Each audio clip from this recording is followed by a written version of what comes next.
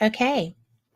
I we are live, and there have been some very exciting and dramatic things backstage getting ready for this show.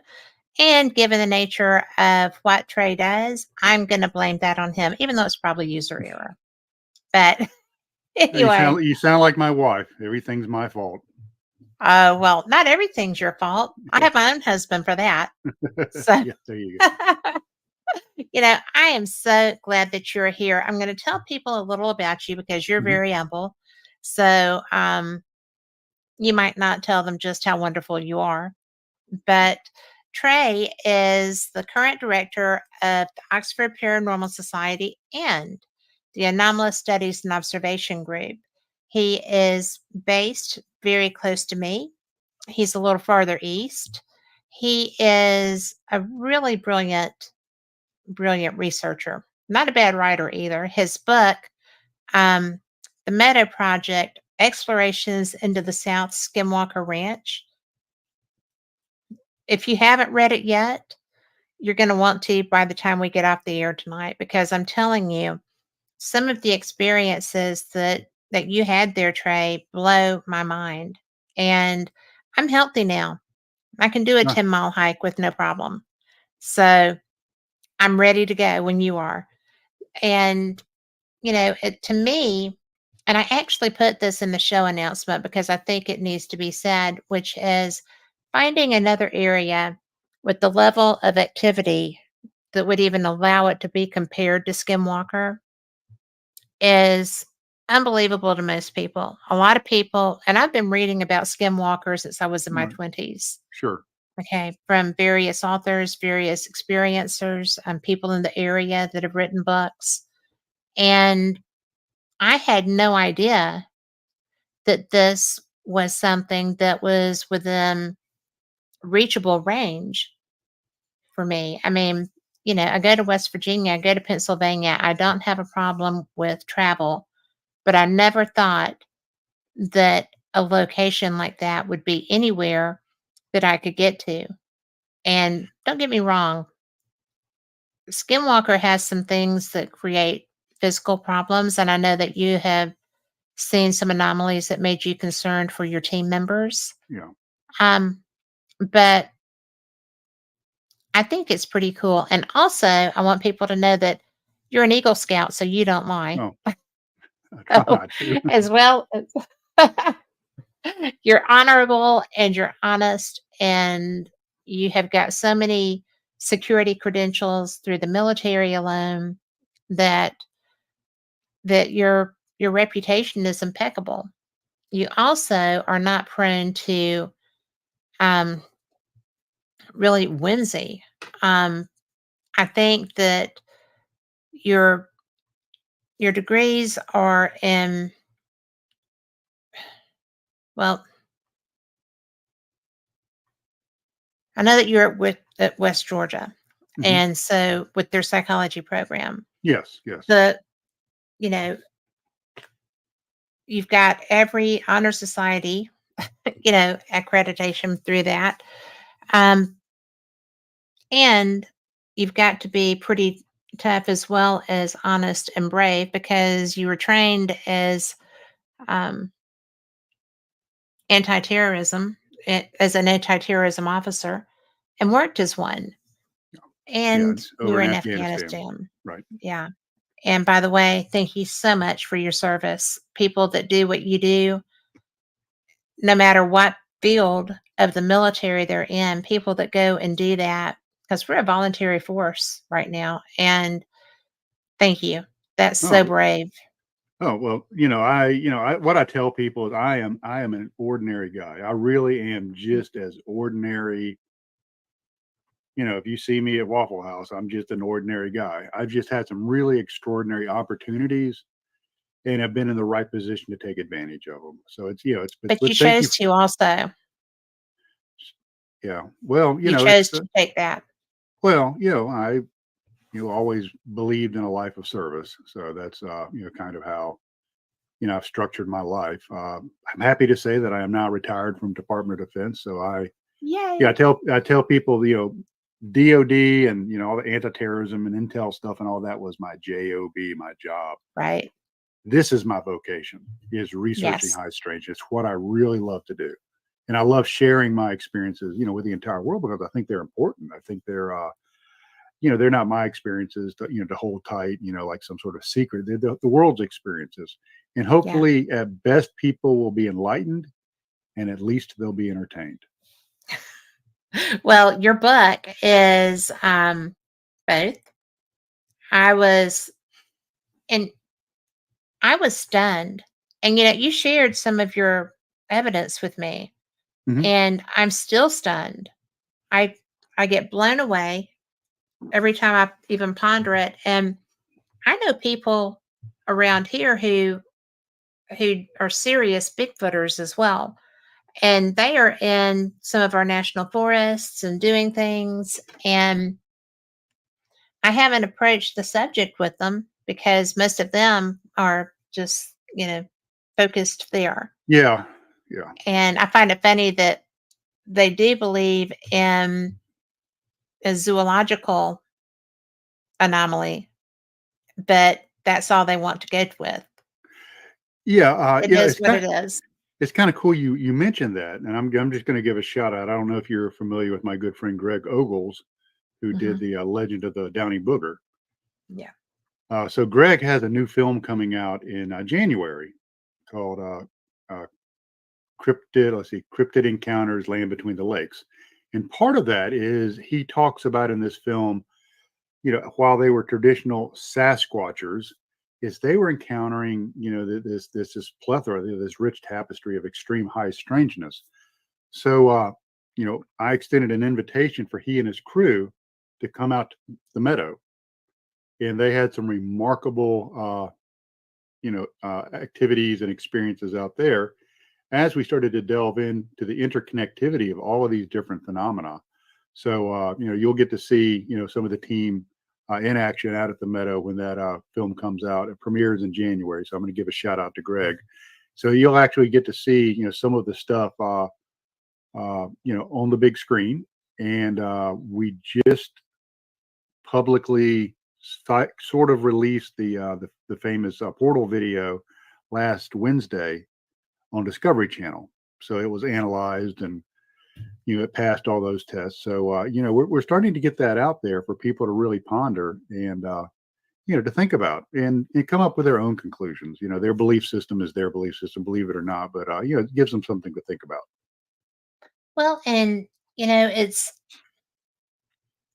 something that people have to take the research on seriously because I don't know, some of it is like interesting, some of it was kind of like whoa, you know, some of it was like really no way. And then I started looking into you more and I'm like this dude is so for real. And it just my mind was blown for 6 months until I started being able to wrap around and think, well, okay, it happens other places that I'm aware Hmm. of. Why Right. can't it happen In somewhere the in the South Southeast. too? Right. Yeah, absolutely. And I believe that these locations, these geo concentrations of high strangeness, are all over the world. I And agree.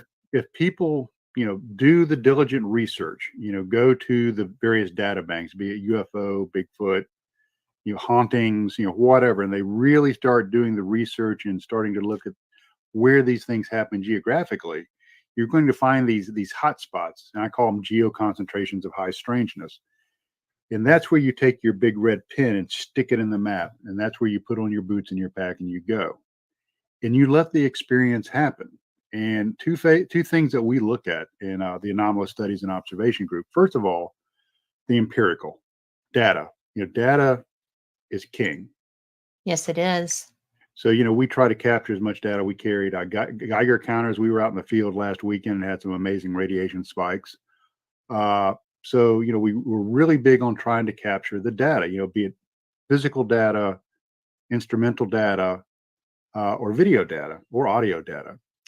But data is king. But next to the king is the queen, which is experiential.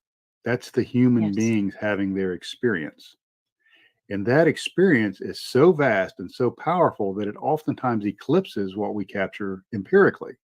The best piece of paranormal or high strangeness detection equipment is a human being. So we take, I draw from, my skills with a degree in transpersonal and humanistic psychology, and I bring those to Mhm. the field. We brought a psychoanalyst on our team who is now doing hypnotic regression with some of our team members, and that is just blowing everybody's mind. The stuff that's coming out Wow. of that, it's a little unnerving, but nevertheless, there it is. And then we're bringing other techniques like the famous God helmet developed by Dr. Robert Persinger. And so we actually have a God helmet that is field deployable. So we have a power Really? system and everything, and we can take it out into the field and actually hook this up to people, and stimulate their amygdala or the hippocampus or whatever we want to do with the programs, stimulate that part of their mind to open up their awareness.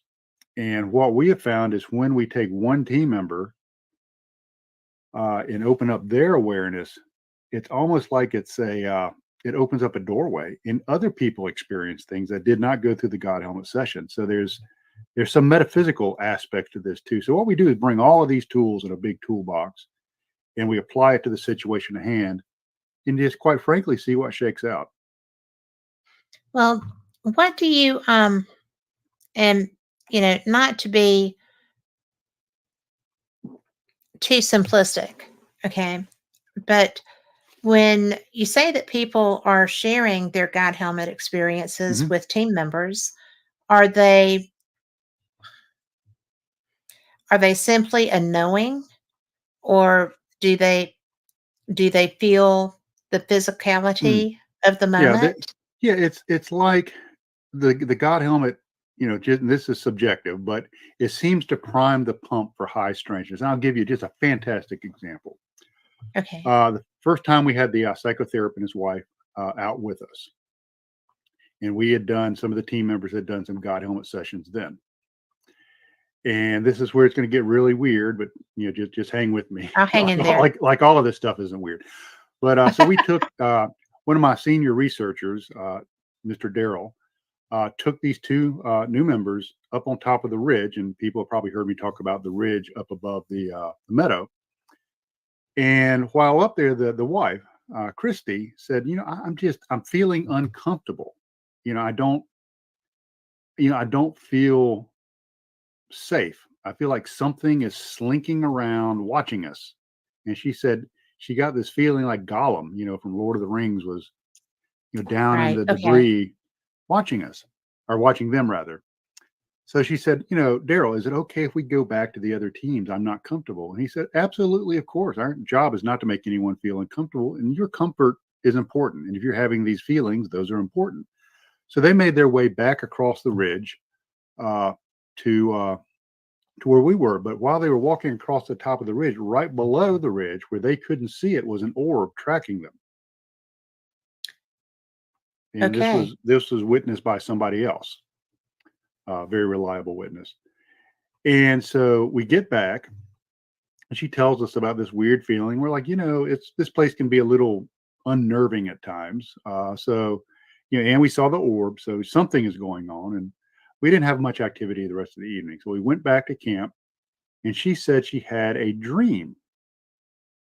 And the dream was that she and her husband were in their tent, and the top of the tent opened up, and there was a woman and a young, teenage boy looking at them. And in this dream, they were taken up into a white room, and the woman wrote symbols on like a big whiteboard. Symbols didn't mean anything to her, but they were so just indelible, just marked, etched into her mind that she remembered them when she woke up. And I'm going to show you a photograph of the symbols here.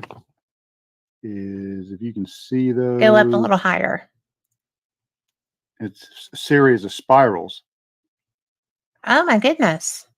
Those are recognizable. Yes. So that's what came out of the dream.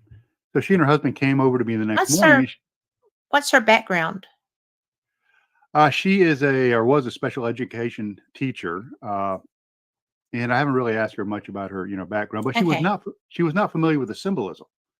And I asked Okay. her, I said, Christy, are you familiar with the symbolism of the spiral? And she goes, no, not at all. Have you read my book? She goes, no, I have not. Have you heard any podcast or lectures or anything? No, I have not. I said, the spiral represents and is used in many cultures as a symbol for a doorway or portal. Yeah. And I said, and what is really important about yours is you drew a squared off version of it. That's box like. Hmm. The portal that we believe we captured on video was box like. Yep. So, it just blew everybody's mind. And we were all very excited about that. So, next evening, later that evening, we go back out to the meadow and we have our team set up with our thermals and our night vision and, all of our stuff. And we get back to camp and we're doing the debrief. And one of my thermal operators said, yeah, did y'all see that bear that walked across, or that large hog that walked across the meadow? I'm like, what? He said, yeah, there was it looked like a big hog. We were talking about the wildlife around here, and, how to be careful and everything. And I said, did you record this? And he goes, no, it was just a hog. I said, man, listen to what you're saying. Is we were in a field with a dozen people surrounding the periphery of this field. It's wide open. What animal would cross an open field with so many human beings in 360 degrees that would be able to pick up somebody's downwind or upwind, Right. rather? What kind of animal would do that? And he stopped and he goes, oh no. I said, do you remember what Christy said she felt like was happening the other night? And he goes, yeah, something was slinking around the meadow. I said, you go back and you read Keller's and Knapp's book, Hunt for the Skinwalker. What was one of the things Yep. that was reported with Nids and Bigelow? Something coming out of a portal and slinking Yes. along. So he fell into his normalcy bias. Yes. He saw something and we rationalize things. That's just human beings rationalize everything, sometimes to our own demise. And so we miss that. So, I mean, it happens. Things happen. People are human beings. But those are the kind of things that we started using the God helmet, and this perception just seems to open up. These experiences are starting to evolve in very strange ways. Ways very different from what we were experiencing back in 2017. We now have people being touched by unseen forces. So That's new. yeah, that is new. It was very strange. We have another area probably about a mile away from the meadow. And this is going to sound hokey. We call it the Field of Nightmares. We have the Field of Dreams and the Field of Nightmares because we had to call them something. So anyway, and I don't know if you're familiar with Katie Page from Colorado I do know Katie. and Jessica Jones. Hmm. And so them and some other folks of our other team were out there in the Field of Nightmares. And Jessica felt something. She stood up and kind of went, ooh, and something had grabbed her bottom through the bottom of her camp chair, reached up and squeezed, but there was nobody around. It was just them.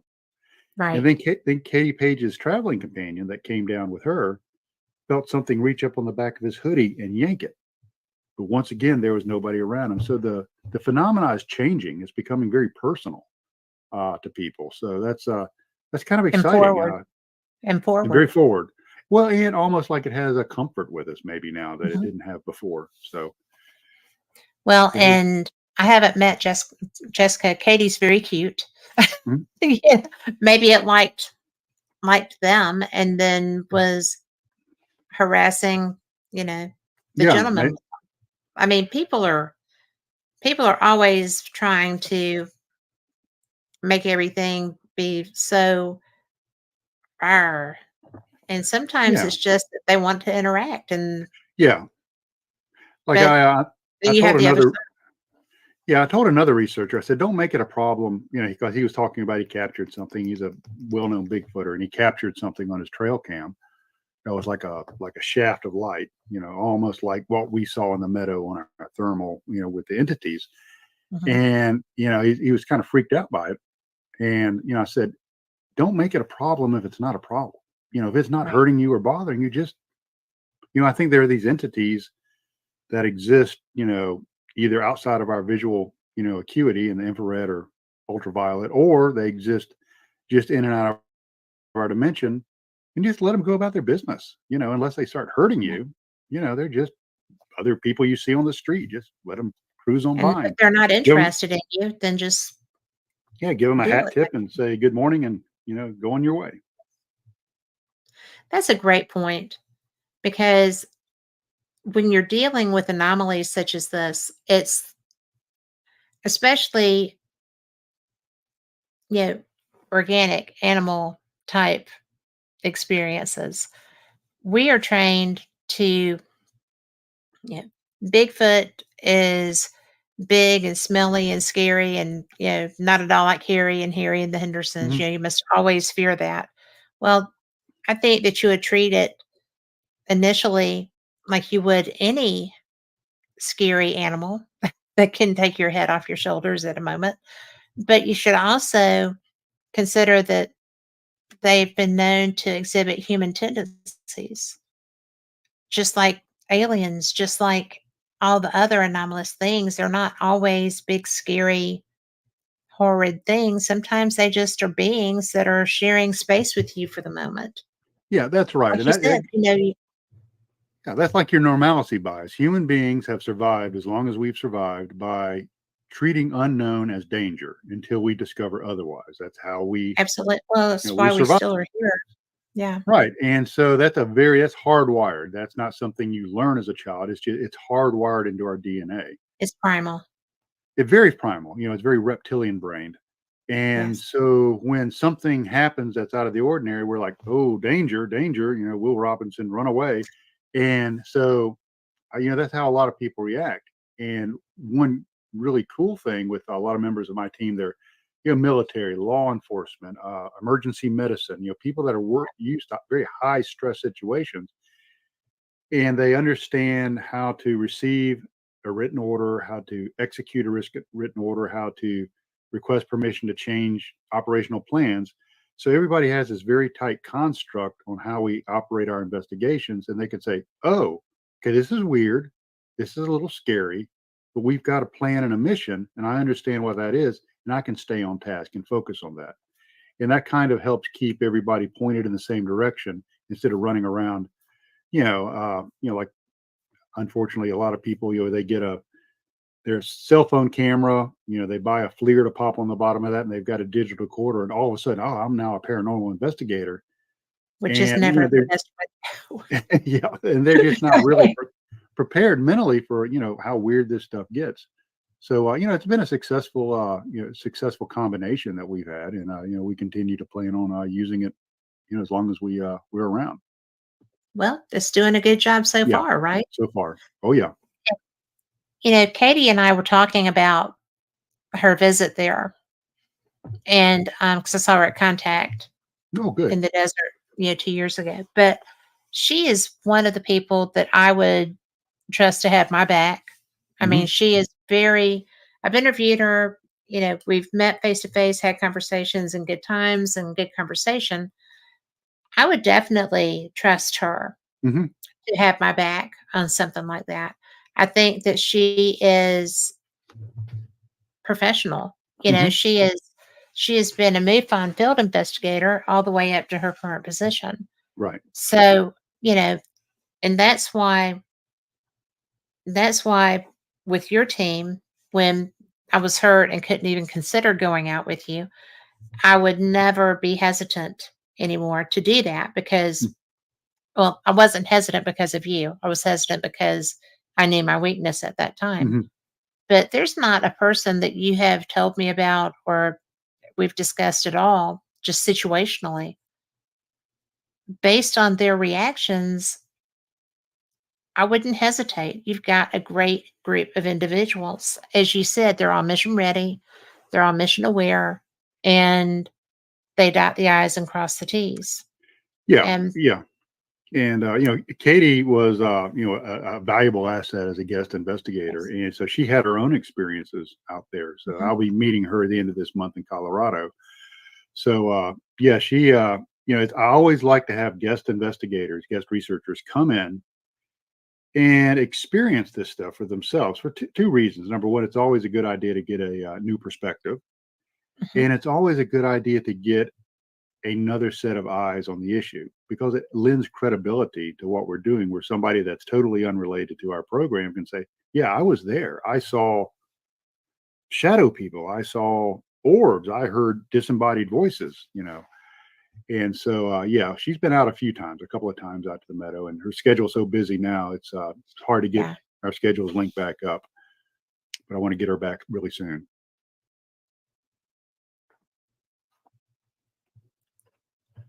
That was unusual, but we're here. Yeah, I'm still here. We had a glitch in the matrix. Um, okay, me too. I just don't even have any idea what just happened. Probably the topic. I know that when I discuss things of this nature, sometimes glitches happen, Yes, and things I'm can. sure you're aware of that too. Oh yeah, things can get wonky for sure. And sometimes they're human, and sometimes they're not. I'm sure that people are very interested in your work. Yeah, So you and I have talked about it before, and if you can think of any new questions, yeah, unfortunately, I do this stuff, and about three-quarters of the way through my second book. Hope to get it out. I'm a lazy writer. I apologize.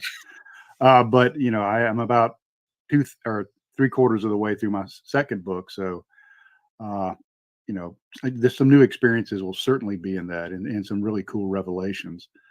So, but just some of the things I think since we last talked. I'm just looking through my notes here that we've had. Of course, I said we've entered the God helmet.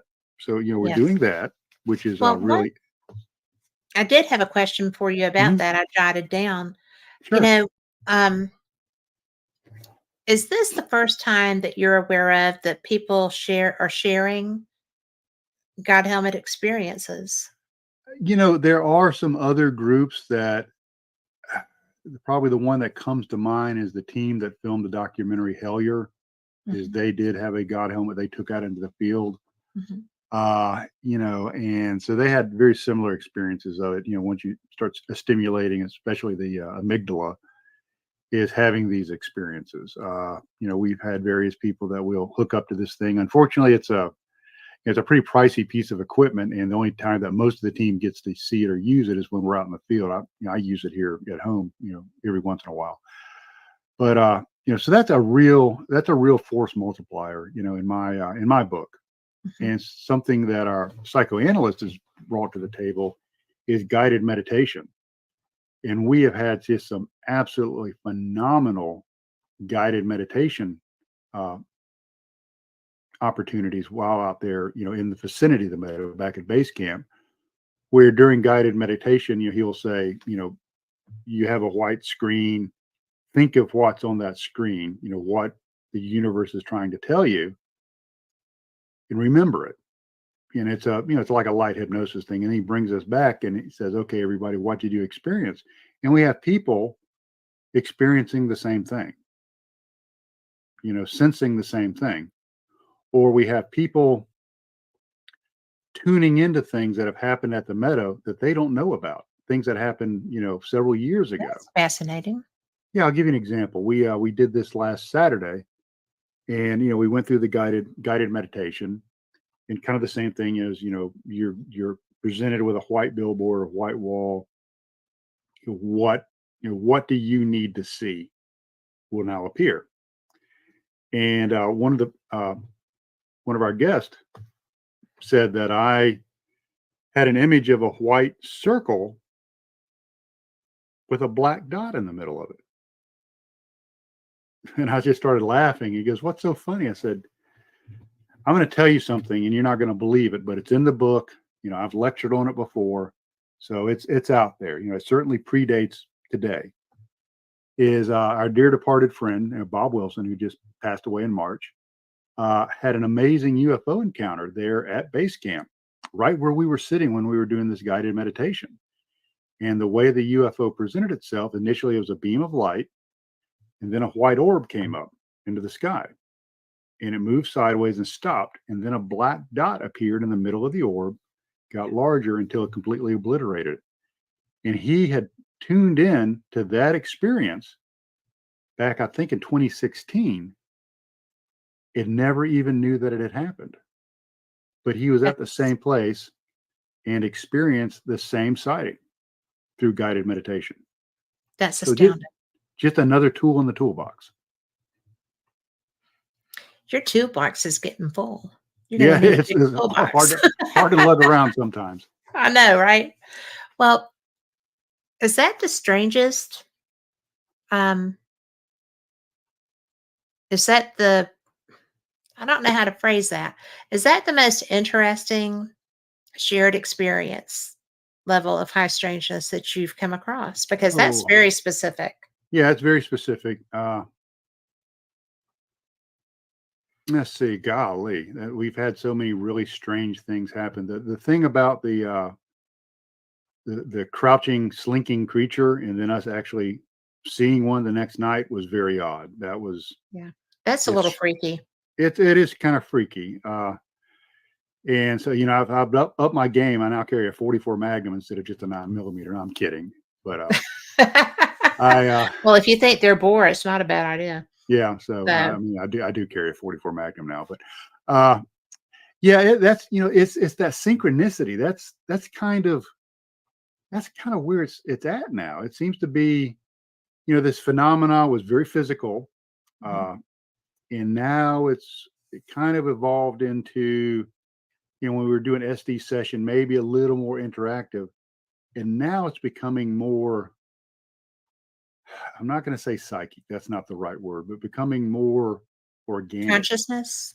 with our consciousness. Very good. Yes, absolutely. So, that's the kind of thing that our stuff is actually kind of evolving to. So, we're going to continue to run down this track. We're not abandoning, all. Well, I still carry a rucksack full of gear and all of that. We had amazing radiation spikes this past weekend, which were just, unexplainable. But, we're starting to branch out a little bit more and try some many different things. And so far, we'll throw something out there and see if something nibbles on it. If it does, then we'll try that again. So it's really cool. It's evolving. As that happens, our team are also evolving. Mhm. They're becoming different people, becoming more They would just about have to. tuned in. They're becoming more aware, and it's almost like we're evolving as human beings. Mhm. And so it's a just a wonderful experience. Why do you think, um, with this evolution, what do you feel like is what do you think is feeding that? I know that, I mean, is something allowing this to be a growth experience for all of you? Is this something that you feel like you're being groomed for something else? Ooh, Or because, there are there are interactions that people have with all different type of anomalous beings. We'll just go with ETs at this point. right, But they're often educated through that excuse me, through that interaction. They're groomed in the way that a professor would groom a favorite student, or groomed not always in the positive methods. Um, I have interviewed and spoken separately from an interview process with women who have had ongoing relationships with right. different kinds of beings. It just is there's so much that could be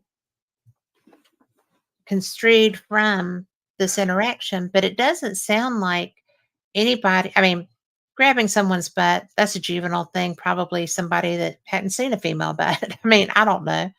But as far as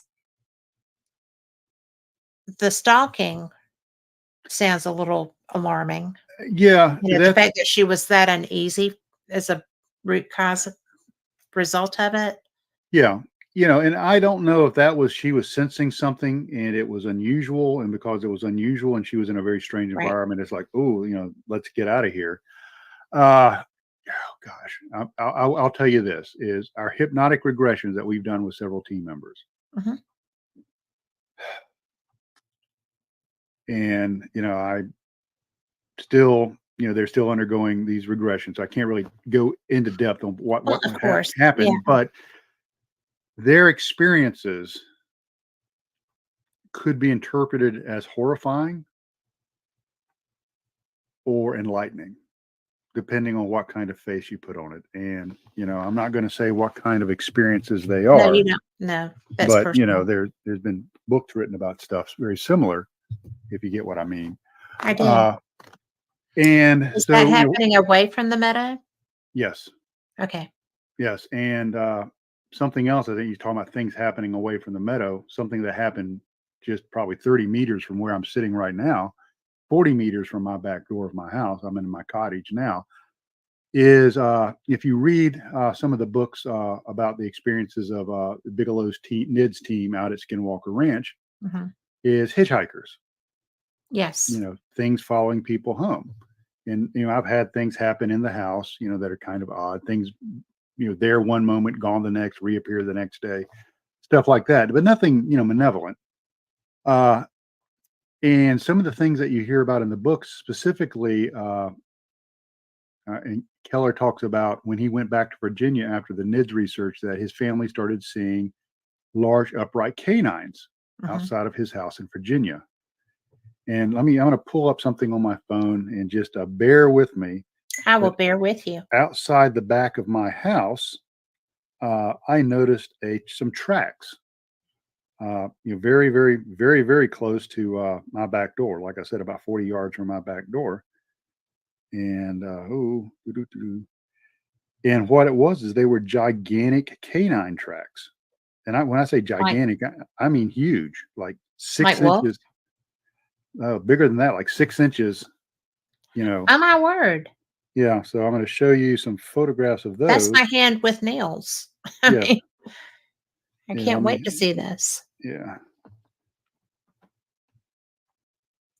And that's a 6-inch scale at the bottom. Oh my gosh, Trey. We don't So, have anything like that. yeah, not around here, no. I mean, we have coy wolves, but that's about it. No, That that they're not that big. no, no, and it was huge, and I thought, "Okay, where else have we heard about, large canines?" Yes. And it's like people that investigate high strangeness. Now, what is the correlation between that? Quite frankly, I don't know. Uh, when Ted Phillips talks about some of the stuff that went on out at Marley Woods, Mhm. and they talk about sightings of large canines, walking on two legs in the farms around that area there in Missouri. Right. Uh, Nobody really knows what the correlation is, but there seems to be some sort of correlation, with this. And now that people are starting to be a little more open minded about high strangeness, Bigfoot, you're starting to hear about wolf men or dog men. Now, dogmen are something I'm familiar with, Yes, yes. but go ahead. Oh, and it's just there seems to be some sort of interconnectivity between places of high strangeness and then dogman sightings either at that location or at the location of experiencers. So and I saw these humongous gigantic canine tracks behind my house. I'm like, okay, I've heard about this, I've read about it. Were So they how many tracks were there? Were there like the 2 and 2 or were they just it was kind of hard to tell. It was kind of a degraded track line, Mhm. and I could not tell really if it was bipedal or four. I couldn't really get a feel for it. And I'm trying to find the photograph where I laid out a larger rule. Yeah, there we go. That's a 36-inch yardstick. Let's see if we can see that. got some glare? I'm sorry. Yeah, No, that's okay, but you're probably not going to be able to see it. tilt it with the top toward me a little more. That's a little better, but still not very Yeah, yeah, much. you can just see the I the can see the tracks. imprints, yeah, So my it nails. it kind of looks like not bipedal, because you Mhm. don't have like a, a 36-inch stride. You have, maybe a 12-inch Short. between like a front leg and a back leg. So, but nevertheless, they're huge, huge tracks. Now, I've had people say, well, yeah, was it, a dog in wet mud? And I've taken my dog out there in that same area in wet mud, and he's like 100 pounds, and his tracks aren't even near that size. So, Well, just and something, probably not that deep too. no, that's just something else to, kind of put in your weird stuff bag, and, Carry it see, around. yeah, carry it around and see if, something else pops up to corroborate it. If not, just Well, chalk it out as a weird experience. you know, um, a friend of mine who's passed, but Butch Witkowski was who first started educating me on this topic because I found it fascinating. I'd heard about them up in the Wisconsin area, all through the Great Lakes region, really, but um, he was in New England, and so I was amazed. He was out with friends because there had been reports of wild dogs, and they were farmers and stuff, so they were looking for them. And bipedal canines just came walking by, and he said they were built like gym rats, Hmm. and it was all of them were just, and there were like 3 or 4 armed men, Hmm. right? And they were all, I mean, they were well armed. And as these beings went by, Butch said, "Yeah, we didn't move. We were told, raise the weapon and you're dead." Yeah. And they believed that. Not a word was spoken. So the communication, like with most spirits and with ETs, was telepathic. So to me, that was just a fear factor almost, because if these men were intimidated by this or controlled by, or just took the wise way out, right? Right. I think probably that was a wise reaction, because how s- how spooky, freaky. You've got them walking by you, which nobody expects to see happen, and then you've got this telecommunication happening that is a definitive threat. Yeah, that's something that, we're kind of getting a feel for, and I'm not going to call it mind speak. That's probably too specific of a term, but Right. like the dream of the spirals, Hmm. and then we had another case, and I think you and I might have talked about it. It was in my first book, where we had gone out and done a CE5 session, in the meadow. Yes. So, we went out there and we did the crop circle sounds and, all of that stuff, and, projected intent. A lot of the teams trained in remote viewing, and we got nothing, just bumpkus, nothing. And so we just ended up sitting around there talking, just enjoying each other's company, which was a beautiful evening. It was a wonderful time. And so we get back to camp, sit around the fire some more, and turn in. And one of my team members comes up to me, and is a gentleman, highly trained, graduated with a degree in engineering from the U.S. Air Force Academy, worked special operations for a while, and now is a expert in his field. His name is Tony. And he said, Trey, I woke up about 4:30 this morning, and I had a term, and just like etched in my mind, these words. He said the word was Nox Magbee, and if you spell it phonetically, it's Noxmagbee, Nox Magbee. He said, and then I woke up again at 6:30, and these same words were just etched in my mind. And he said, I just couldn't shake it. I just had to tell you about it. He goes, does it mean anything to you? I'm like, well, no, it doesn't. But let me look into it. Let me try to do some research. So I started doing research, and I found out the word Nox, Nox, was pretty common. It was actually the Roman goddess of the night, and they derived that from the Greek goddess Nyx. So we have the goddess of the night, and Magby turned out to be a little bit more difficult. So I started really looking into ancient languages and all, and I actually found it in Old English, which was a form of English that was spoken right about the time that the Romans had left Britain. And the term was in the Old English poem Beowulf that, we've all probably read Yes. in high school. And the term was magba, which meant children or kindred. So we put those together and we have children of the night goddess. Now, what's interesting is, the early Old English speakers would be familiar with Nox because the Romans had occupied Mhm. Britain for several hundred years. So the terms are contemporary. And so now we have children of the night goddess. So that was in my team member's mind. So we were doing CE5, and if you think about it, what are small, like children, Yep. with big heads that come into your bedroom at night? Yep. And it's not your 3-year-old coming and said, "Mommy, I threw up on the bed." It's something a little different than that. A little different. Might Yeah. be one in my room. Yep. Right. Yeah. Right off your left shoulder. So yeah, it was. So it's that mind speak, and so the empirical part of you says, "Oh, that's all fanciful thinking." But I think you're a fool if you don't at least consider it. You really need to think about that. Yes. And so that's kind of the kind of stuff that's starting to evolve, that's starting to bubble up to the surface. So yeah, I'm really excited about it, and I'm really interested to see where this next step leads us. Well, what do you think?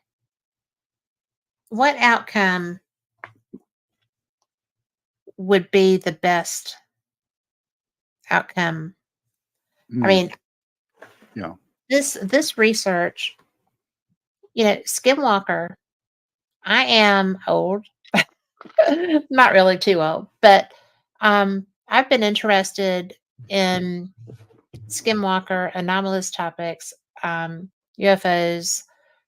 Well, the UFOs because of you know young person experiences, and then Skinwalker because of a little bit older exposure to things before it was really even Yeah. Thing. you know a thing. Because I read a lot, and I've always read a lot, and I read whatever was laying around our house, and my grandma read weird stuff. So, as well as, you know, little old lady novels and, bodice rippers, whatever, plus science and, poetry, very weird exposures. But, yeah, this is something that has been evolving the whole time that I've been interested in it. You know, the fact that I do shows about these topics, I don't think was a coincidence. I think that I'm where I'm supposed to be with the research that I'm doing, and to be exposed to people like you that are doing almost like sidebar, working together topics. I'm dealing with going old school with Hmm. investigations so that you don't just assume that every being out there knows how to use electronics. Most of the ones that you're interacting with probably do, and you know, much better electronics than we have. But and it's not even electronics with them, because a lot of what I'm seeing, and I'm sure that you might be able to vouch for this, is that these are not necessarily um, machine Hmm. operated Yes. apparatus. Okay. Yes. Yes. You That are spot mm, on. and so to me, I find it fascinating, because what I found fascinating growing up, which was the Star Trek version of things, and the boy that lived next door to my grandmother had, an Apollo capsule tent and everything track, and he actually wound up writing for Star Trek later Hmm. on. He was my daughter's script writing teacher. But he's who put that fascination in, and we blame him for that. I tell my husband all the time, it's not my fault. It's Lee. That's right. But it really is something that this is evolving and evolving and evolving. And the level of experiences, I mean, you had people that you lost Yeah. in an experience. And for people that haven't read your book, I do want you to share that with them. But yeah, Yeah. your reaction with that. Yeah. That's kind of a sad, very sad subject. Is we had the experience with the portal, and I'm going to use that That's the word one I was. because Yeah, it's handy. The word is handy. Uh, and we two of the members that went into the portal, and then came back, albeit came back out. They're dead now. I Uh, didn't know both of them were. yeah, I yeah. did not know. I'm The sorry.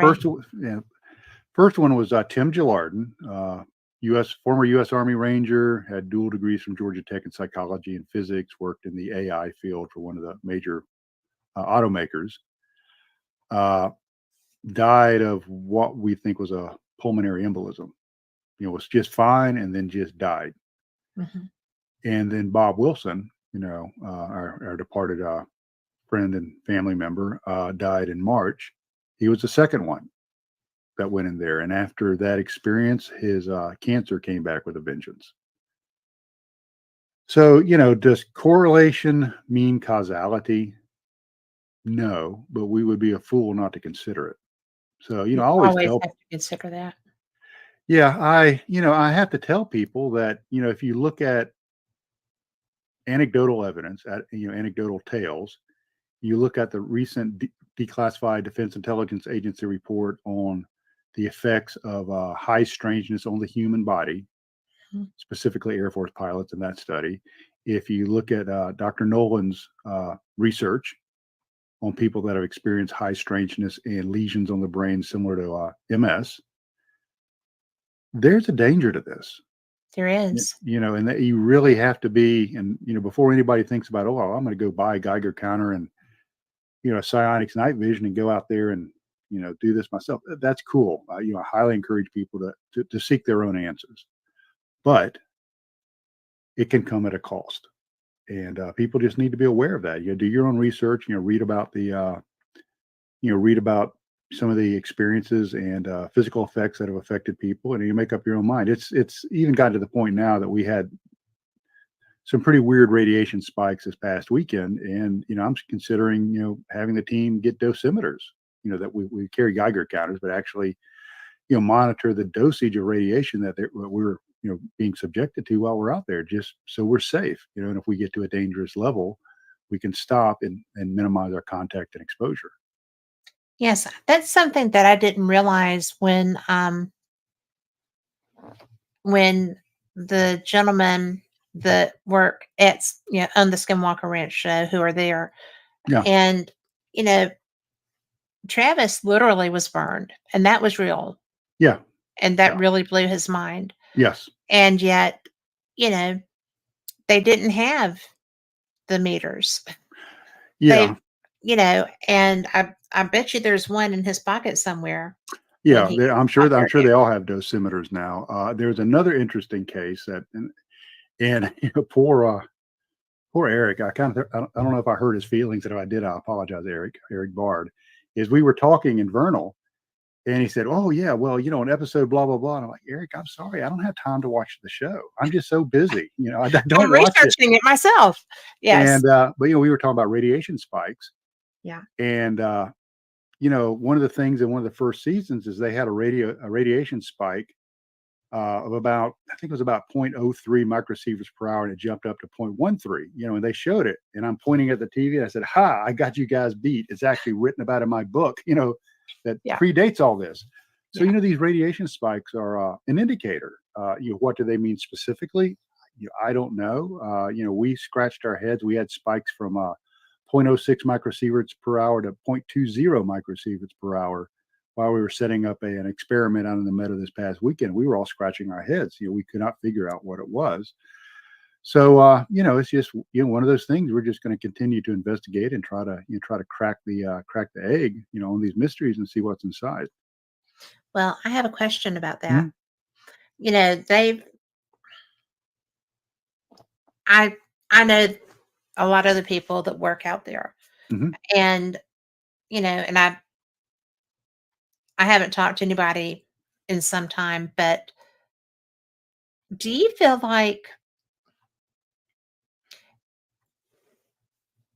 are you getting your radiation spikes in specific areas? Are they just randomly throughout the Just property they're just or they're random. they It's are just random? yeah, they're not in the same area, and we're trying to figure out if those spikes are precursive to something.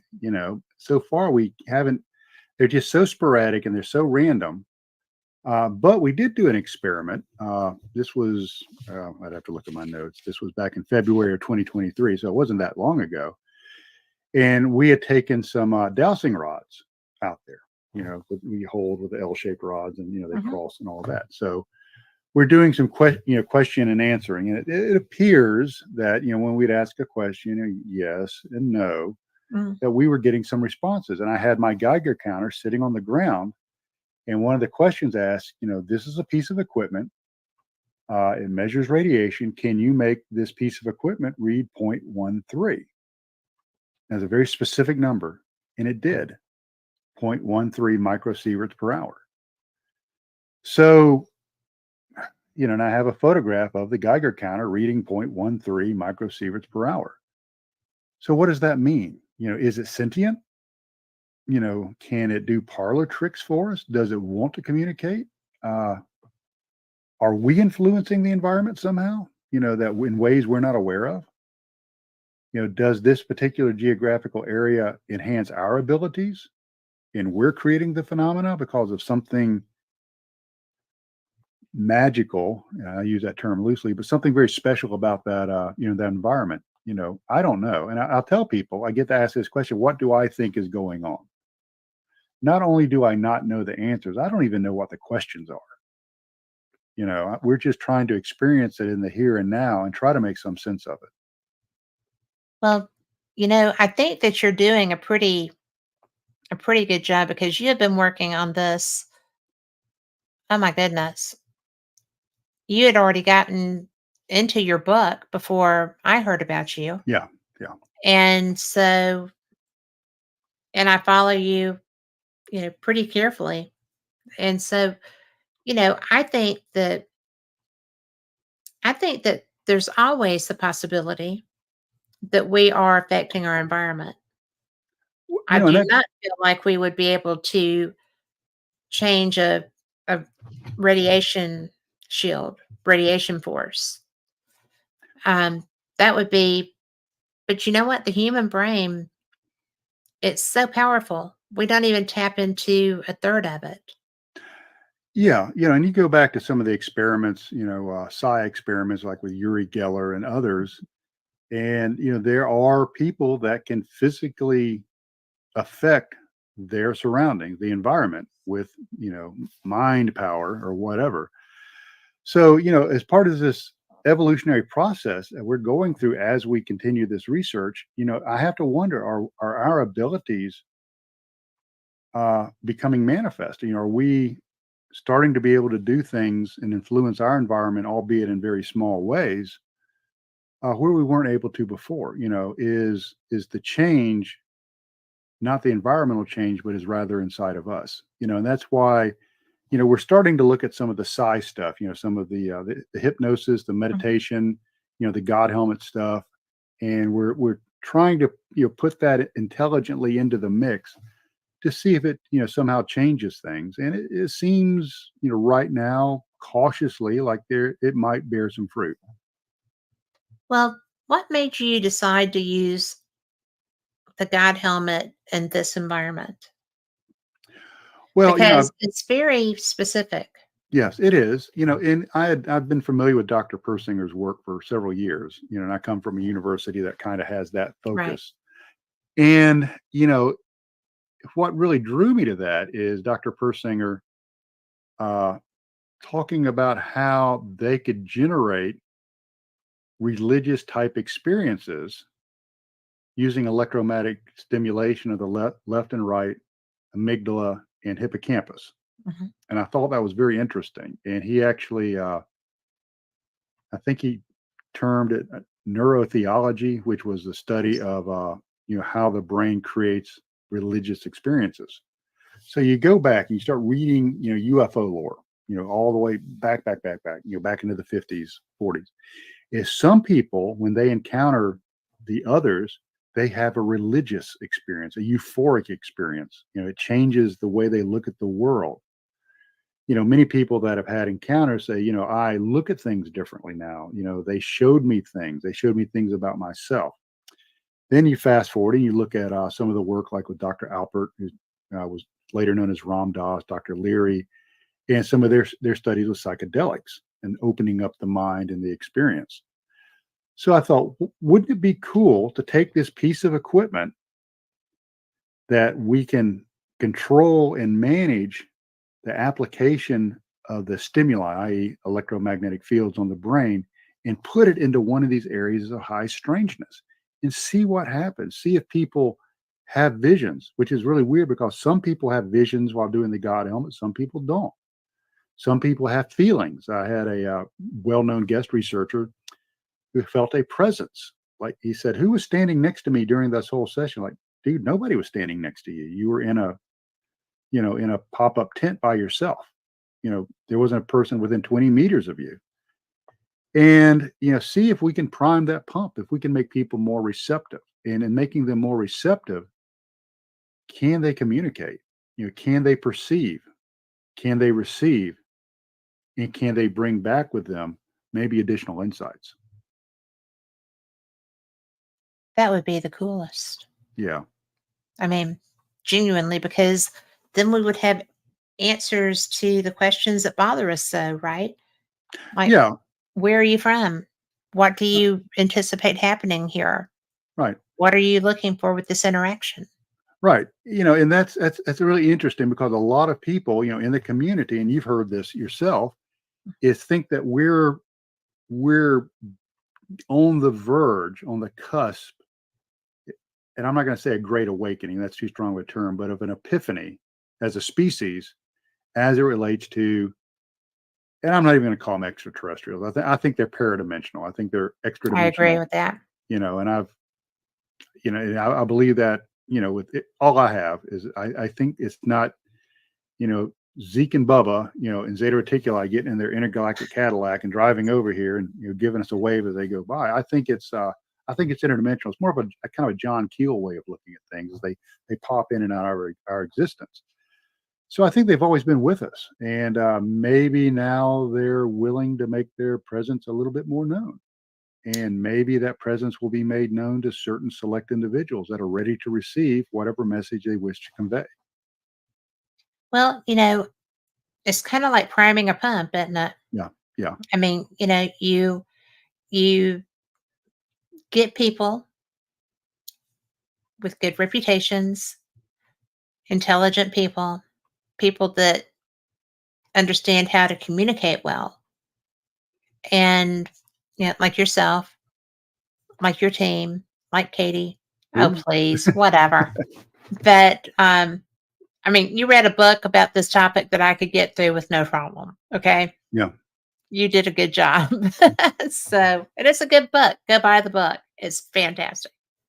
But, one of the things that I feel like is if we are, if people think we're being primed for something, okay, if yeah, people feel like we're on the verge of species epiphanies, but we have to be able to get the message. We have to be able to have the information given to us in a way that it's going to stick. You're going about it in a very scientific method, which is fantastic because it will not be able to be questioned at the rate that you're going. I think that people have been getting this information yeah. for quite some time who were not in a position to comprehend it, or when they You know, tried to share it, you know, the poo poo police showed up and, oh no, there's no way. But then you have the people who initially were reporting this in our era, and it was a horrible experience for some of them.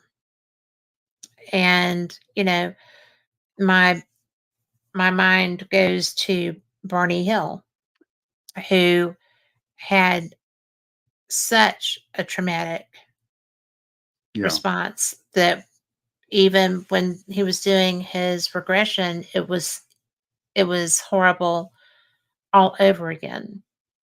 And, it was, and I heard some of that regression. It was so genuine. So there were some that had physicality, but I do think that dimensionality has to be involved here Yeah. because because a you're not going to travel those distances. I don't care what kind of rocket ship you have. You have to be able to be an interdimensional being Mhm. to get from point A to point B if you're not right here. That's why I think we are not able to achieve, we don't have a grasp of that. Right. Yeah, there's people working on it, but Yeah, human beings are multidimensional creatures. That's yes. I was trained formally in remote viewing, the military style remote viewing, Mhm. and people poo poo that all the time. Go look in the It's a real Stanford thing. yeah, go look in the Stanford Research Institute archives and the declassified CIA documents. It's a no kidding a real thing. It is a real thing. And so when I was finally gained the capability to remote view, I'm like, okay, so how can I be at this point looking at something, or how can I look into the future or look into the past? And then you start realizing that everything that is, was, or will be exists now, which is Yes. really kind of cool because that's actually written about in the Bible. I am the Alpha and I am the Omega. So it Yes. shows that there's a singularity of existence, past, present, and future at the same time. So when you start thinking about that and you start talking to people that have been at the Monroe Institute or Silva Mind Control or remote viewing or any of this other stuff, that we have these abilities in ourselves. And you start thinking about it, it's like, okay, the human brain, is it this squishy thing inside of my skull? Is that really my brain? Or is that a three-dimensional shadow representation of a four-dimensional organ that exists elsewhere in time space? And this is all I can conceive, but through meditation and you know, some people argue psychedelics and other stuff that I can kind of open up that experience, open up that awareness, and now I can experience these other dimensions. And oh my goodness, there are other things out here, that want to say hi and play patty cake and take me to lunch, at the barbecue joint, Or have whatever. or have me for lunch. Yeah, right. Or have me You for lunch. know? And so I I'm think sorry, I that couldn't resist that. that's fine. Yeah, I'll just tell you what I did is when I saw those big canine tracks, I Right. just put a big sign with an arrow. I said Birmingham that way, so they're headed to you. Uh, Thanks a lot. that's Appreciate right. that. Go west. But anyway, so I think Young that dog man. that's Dogman. Uh, so I think we're kind of maybe as a culture, some of these things, that if I'd said this stuff 20 years ago, people would say I'm crazy. And there's probably people that say the same thing now, but I think it's people are more receptive to it now because there's been a lot more scientific study and there's a lot more people confident and comfortable coming out with their own experiences. So I think that we are, we're on the verge of basically becoming aware of what it really means to be a human being, and we're not trapped by this meat suit. That there's much Right. more to it. So I'm very very happy about that. I'm very excited about that. And then of course the ultimate question is what happens to us when we die.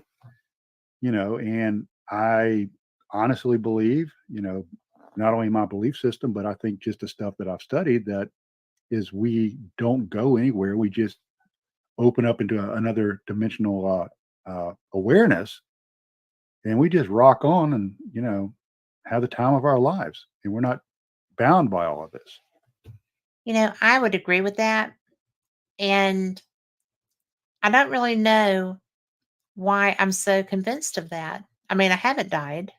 It's just, but pretty close. Had a placenta abruptio that was kind of dramatic. But it's so bizarre because I know that you were not a man of woo. Okay. There's no woo woo factor in it's really not much of a woo woo factor in you at all. But you're open to things that most people with your mindset are not. And I find that fascinating because it's such a big deal Mhm. to be able to, say, okay, I'm going to be stepping back from this part of me to consider this part of me. And then this part of me is having these experiences that are blowing my flipping mind, but I saw it myself. So there must be something to it. And yeah, you were talking about the hallucinogenics and things of that nature. I was listening to a full bird colonel, um, retired, talk Mhm. about his experiences. Mhm. And a lot of people that he cares about were, doing the sky and experiencing things. And I was so blown away because that's not something that I had really made a correlation with. It was the first time that I knew that people were taking this part so seriously. Okay. And I I think that anything, and I've always thought that something, because when you're tripping, it is affecting brain parts that we don't often use. And however those pharmaceutical or just the psychedelics are doing that. I mean, I've been with people who were the most dour people on the face of the planet who were just hysterical and found themselves hysterical. Right. And you couldn't even have a conversation anymore because they couldn't stop laughing because everything Was so joyful. was so joyful. Yeah. And that they were the last person on the planet that you would have anticipated being that person, right? I mean, Yeah. You so know, it is very much opening. yeah, and there are other ways, to go that route. There's sensory deprivation tanks, which if nobody's ever tried it, I highly suggest you do. Especially in Uh, salt water. yeah, you're in saline, you're neutrally buoyant. You Mhm. lose sense of self, and so all you have is a sense of mind. You have no sense of body, and so that there are many paths to get to that place. Psychedelics, DMT, psilocybin. Those are a path, but there are other paths too. And now that we're actually starting to talk about that, when I mentioned Dr. Alpert, Ram Dass, Dr. Leary, and those guys, they were ostracized, at Harvard when they were doing the experiments with this, and then LSD was unfortunately popped into the scene as a recreational drug when it really Should not have been. should not have been. It was more Yes. for mind expanding under controlled conditions.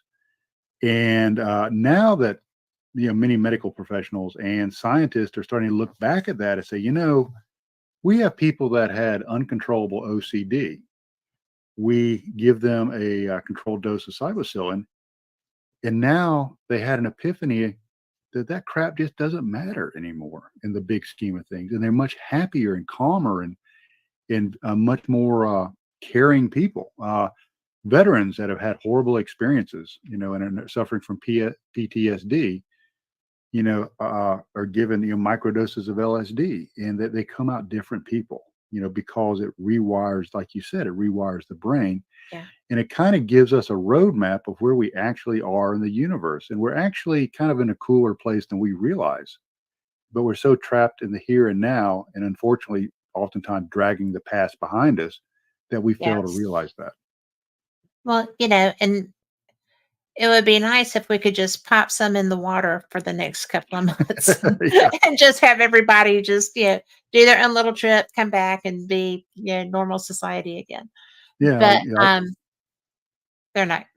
yeah. I Go to shouldn't the have said that. They may actually go, well, oh, go to the next meeting between the Palestinians and the Israel, and pass around a special here, canteen, have, and yeah, everybody. or here, have these cookies. And that's right. Yeah.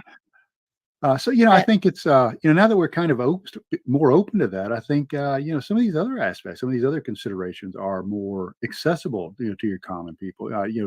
Graham Hancock had just a fantastic yes.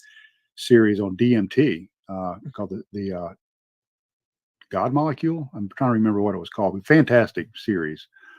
I don't So remember. yeah, something like that. It's about DMT, and so I'm kind of optimistic, about things. I know that I'm at a place in my life where I'm at a good place. I'm very happy and very content, and I just would like to see others get to a like place. Well, I totally agree with that. And that's what we should be working toward. It's not rocket science, it's human science, it's Yes. biology, it's humanism, you know, it's transhumanism. I mean, we just need to let go a little bit. Yeah, my wife and I kind of tease each other. We were both children of the '70s. We went to university in the '80s, Yeah. and things were a lot looser back then. Everybody, you could have a good time and then have somebody, taping it, on their cell phone for immortality to come back and bite you in the butt, in your 50s. Yeah.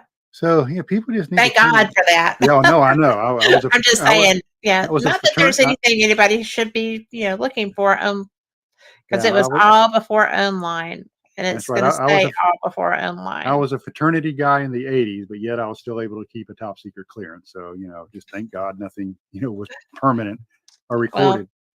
And it was just a much more laid back. We weren't so dang uptight. We didn't have these well, stupid things all the time. You're constantly which feeding have these garbage. already changed our wiring systems. Yeah, yeah, I mean, just that, because, if you've got all this yeah, radiation coming through here, change yours every so often, people, because you yeah. want to be balanced, get each lobe done just right.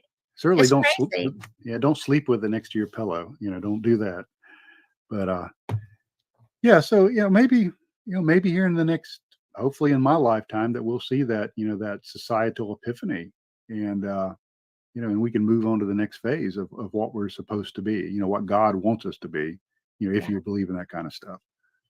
Well, I do believe in that kind of stuff, but I also believe that he did, create everything. So if there are other people, for general term, if there are others who are out there too, I mean, God made the heavens and the earth. Well, There you go. there's a lot to the Yeah. heavens. And just because we're the only species that we know about that's, you know, And Deuteronomy says, "The secret things are mine, saith the Lord." So we certainly don't know everything. by jingo. We're so cocky as a species. We really are. We really are. And it's so funny because we don't really have a right to be. Yeah, We've got two people floating around right now that all the government rocket scientists on the planet cannot get home. And we're sending up the computer guy, yeah. to go up and bring that back. I was actually thinking about that this week. Is how arrogant we are. I just Yes. read an article today about quantum transfer of information that it appears that it travels faster than light. And it uses quantum entanglement, spooky action at a distance to move data from one proton to another proton, and it gets way down into quantum physics and all of this stuff. But so we're transferring data, albeit on and off binary zeros and ones with the position of these protons. But we're moving data faster than light. How is that possible? If you talk to scientists, several years ago, nothing travels faster than the speed of light. Well, it is. So, when this high strangeness comes up and people say, "Oh, this can't be possible. It's not scientific." Really? So we didn't discover the Van Allen radiation belt, I think, until 47-ish. I might be wrong. So does that mean it didn't exist prior to that? Or we just Right. didn't have the equipment and the knowledge to detect it? So, I think that, as people take this research further, and hopefully, there are people a heck of a lot better funded than me, because I'm not funded at all, looking into this, that we can, maybe start to communicate and reach out to our brethren out there in the ether, wherever that is. Wherever that is. That's what's so funny because we're always so sure that we know, where everything is in space. But and we're told that communication would not possibly occur past a certain distance, right? Well, we just reached out however many miles to fix a bad computer on the Viking. Wasn't it Hmm. Viking? Yeah. And that was a fair piece. But we Yeah. were able to reach out and fix their computer to get it functioning and feeding back to us again. And I'm going to get, Mr. Peabody and Sherman's Wayback Machine, and I'm going to go back in time. Back, you mentioned Star Trek. I remember, watching the original series as a kid, and they Yeah. had these wonderful things called communicators, and they had tricorders that had Yes. all this Tricorders. knowledge Yeah. held in their hand. Yes. I can talk to anybody in the Hello. world on this, And send them your picture while you do it. and Yes. Dick Tracy, with his radio watch, Did I ever he- tell you about my Dick Tracy story? no. I was um I was trying to book Stanton Friedman, right? Mhm. Do you know who that is? Yes. Oh, yeah. Okay. Stanton Well, Friedman. anyway, so I was trying to get Stan to come on with me, and I had called and left a voicemail at his home. So he called me. I was working on a project in the guest room with my girls, cheer stuff, and I'm doing stuff. And I had my first Apple Watch at the time. And so it goes off, and I don't recognize the number. So I just hit answer. And this voice goes, "This is Stanton Friedman. Someone here tried to reach me about doing an interview." And I'm like, Uh, uh, uh, uh. "I'm going to have to call you back. I'm going to have to." And he was like, "Well, but I said, "No, really? I'm Dick Tracy and you. I have to get to a phone and call you back." He said, "Well, I said, "I'll explain it in just like 2 seconds." Right. So I ran in the other room, grabbed my cell phone, called him back. And he was like, "What is this Dick Tracying you're talking about?" And I mean, after meeting him and stuff, I can just Yeah. see Right. Oh, and oh, I oh. was like, "You were on my watch, Dan." It was on my watch. I Yeah. was talking to you on my watch. And he thought that was the most hilarious thing that he'd ever heard. And he came right on with me. So Very, very good. I thought Yeah. that he was going to like toss me to the side. So you're right. Yeah. And even he was blown away by that. Yeah. So you were So a cheer mom. I was a cheer mom and a football mom and a Yeah. soccer mom.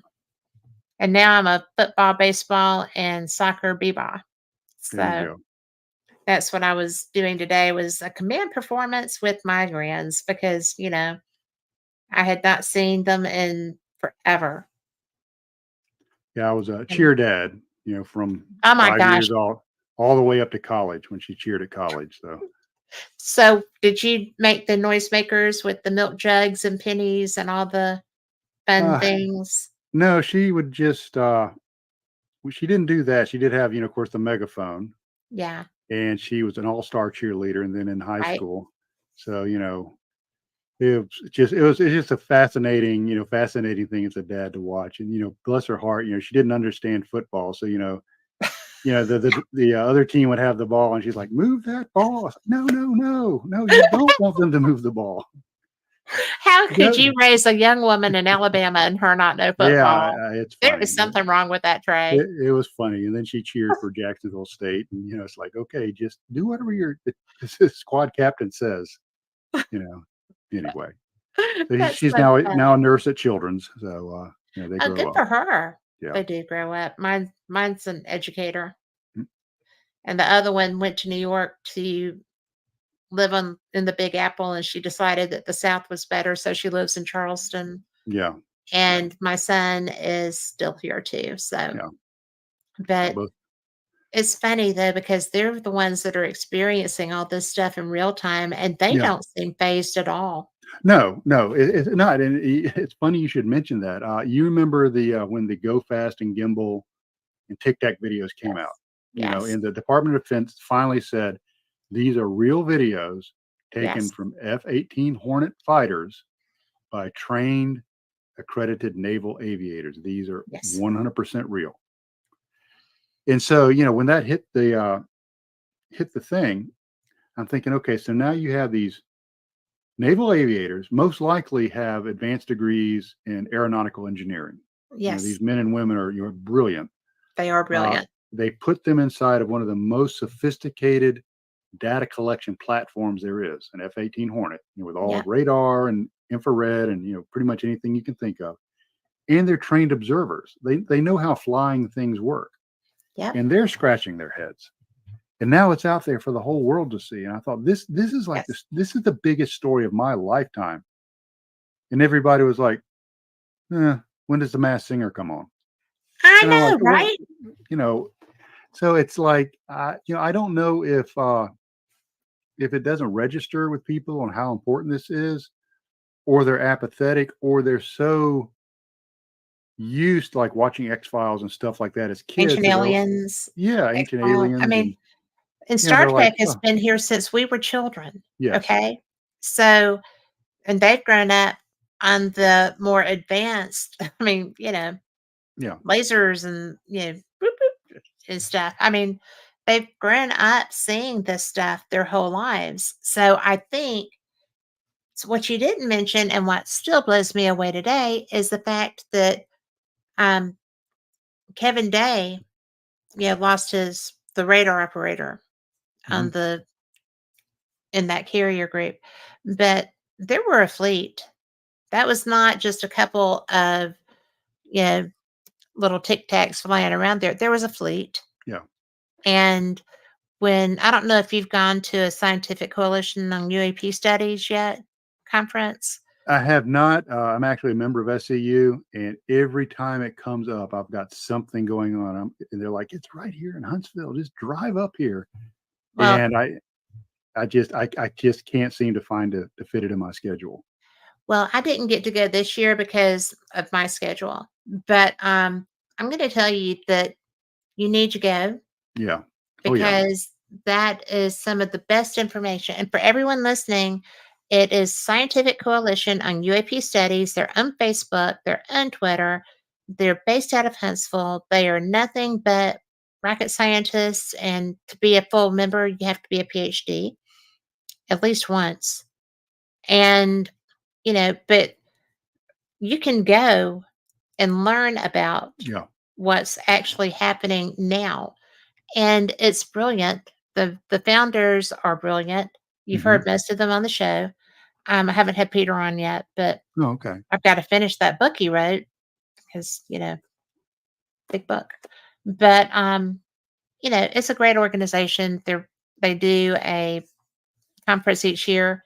Go to it. You can actually, do it virtually. Look into that. But I did not know you remember that. I think Yeah. that's pretty Yeah. cool. Yeah. I love that group. But that's where I learned about the fleets, and I also learned because I already knew about the Roosevelt Group, which nobody was talking about. And the Roosevelt Group, for those that don't know, was the Atlantic experience that was just like the Tic Tacs, but I don't know that they were able to capture it on video. Yeah. I've never seen a video from that. Have you? No, not from the Atlantic. Most of it's been, in the Pacific, like kind of off Yeah. of Catalina, places like that. Yeah. But the Roosevelt Group, carrier group, was also accosted by a fleet of craft.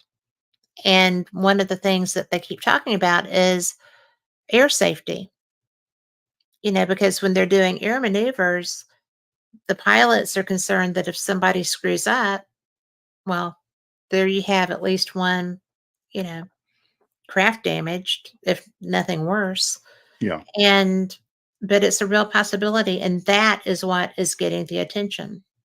Yeah. It's several, it's aircraft safety. Mhm. It's national security. If we have things entering into U.S. airspace and we don't have visibility of it, we Yes. at least need to be concerned about it, because what's their intent? Yeah. And if anybody says the government can't keep a secret, I'm telling you professionally, the government can keep a secret. They can bury They're a very secret, good at it. and then they take the shovel they buried the secret with, and they bury that shovel. Then they bury the shovel that buried that shovel. So it's like Yes. way deep.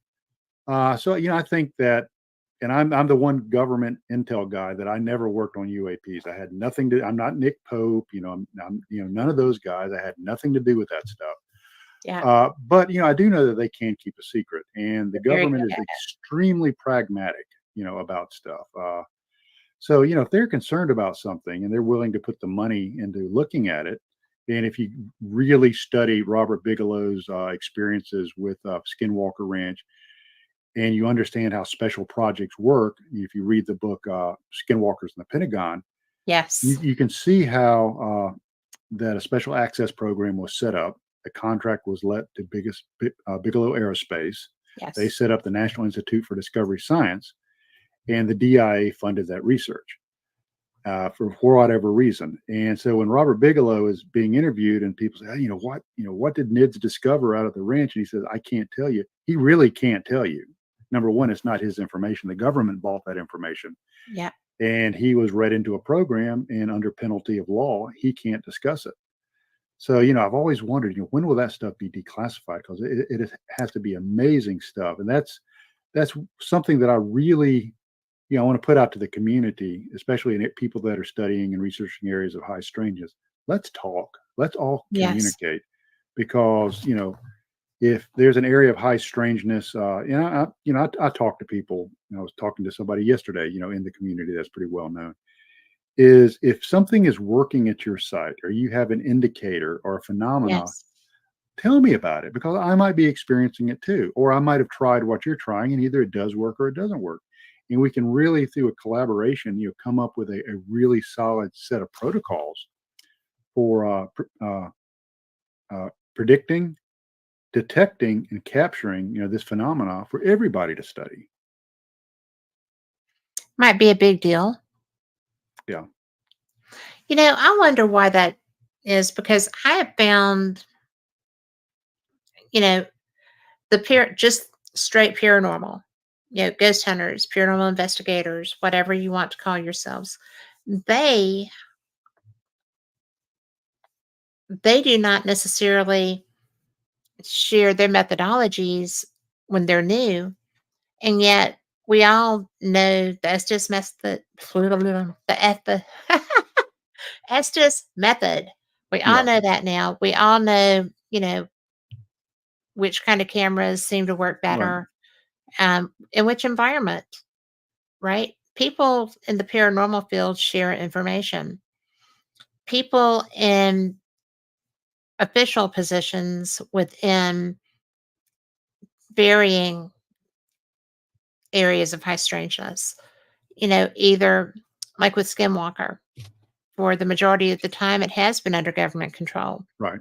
I don't know that it's not still, to be quite honest, but they're Yeah. going public with it to maybe desensitize the public to some of the information. I don't know, but it just seems to me that and I don't know of very many places like I know of places I've experienced that seem to have anomalous activity in them that were not spiritually related, Hmm.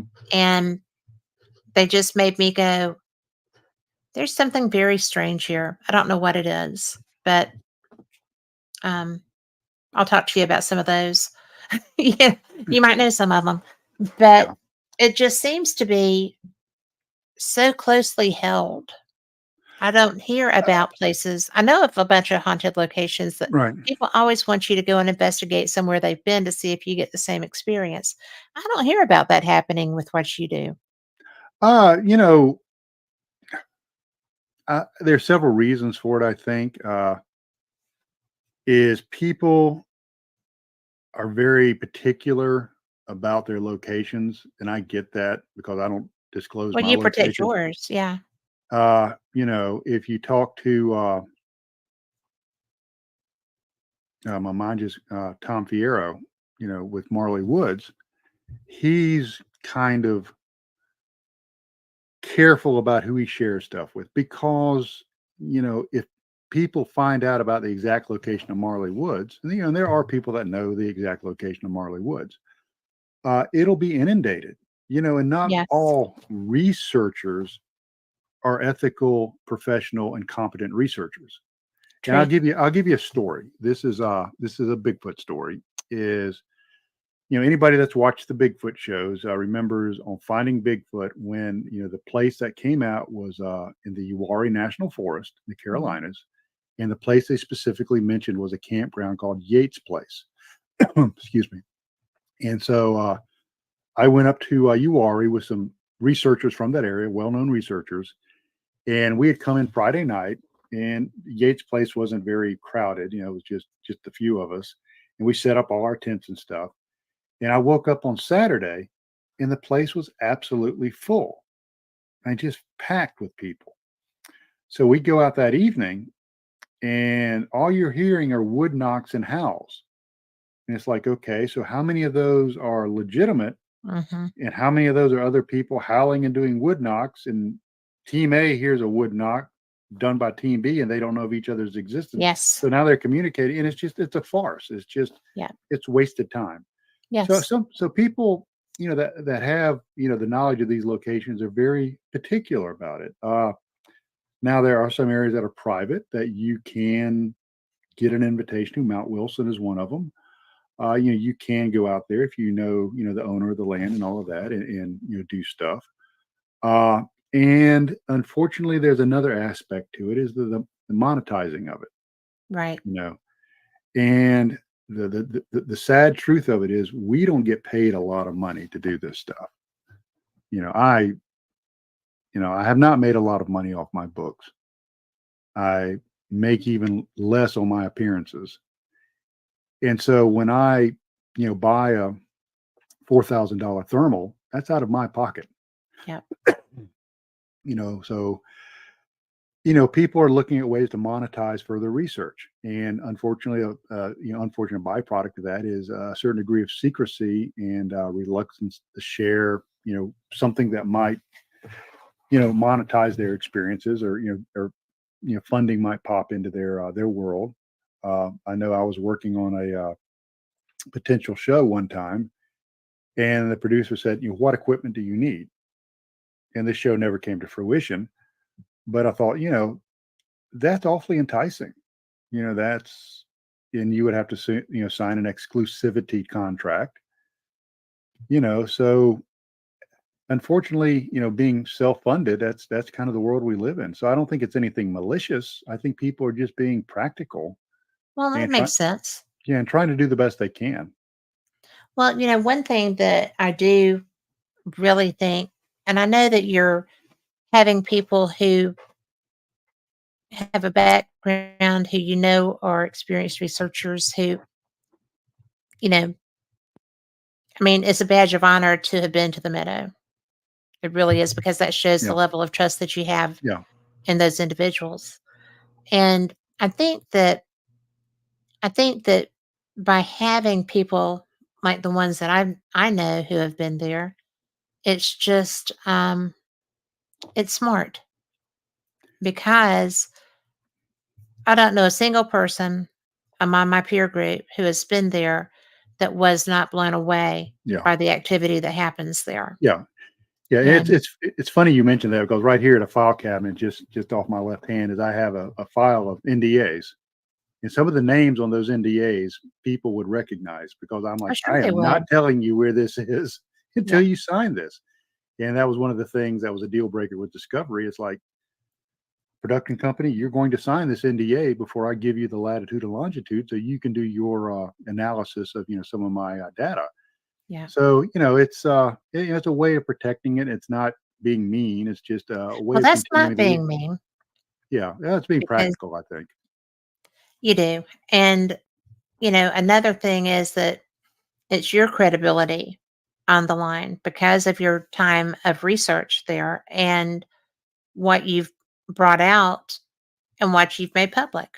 Yeah, You don't want people going in and saying, "Oh, well, this is a load of malarkey," when it's not.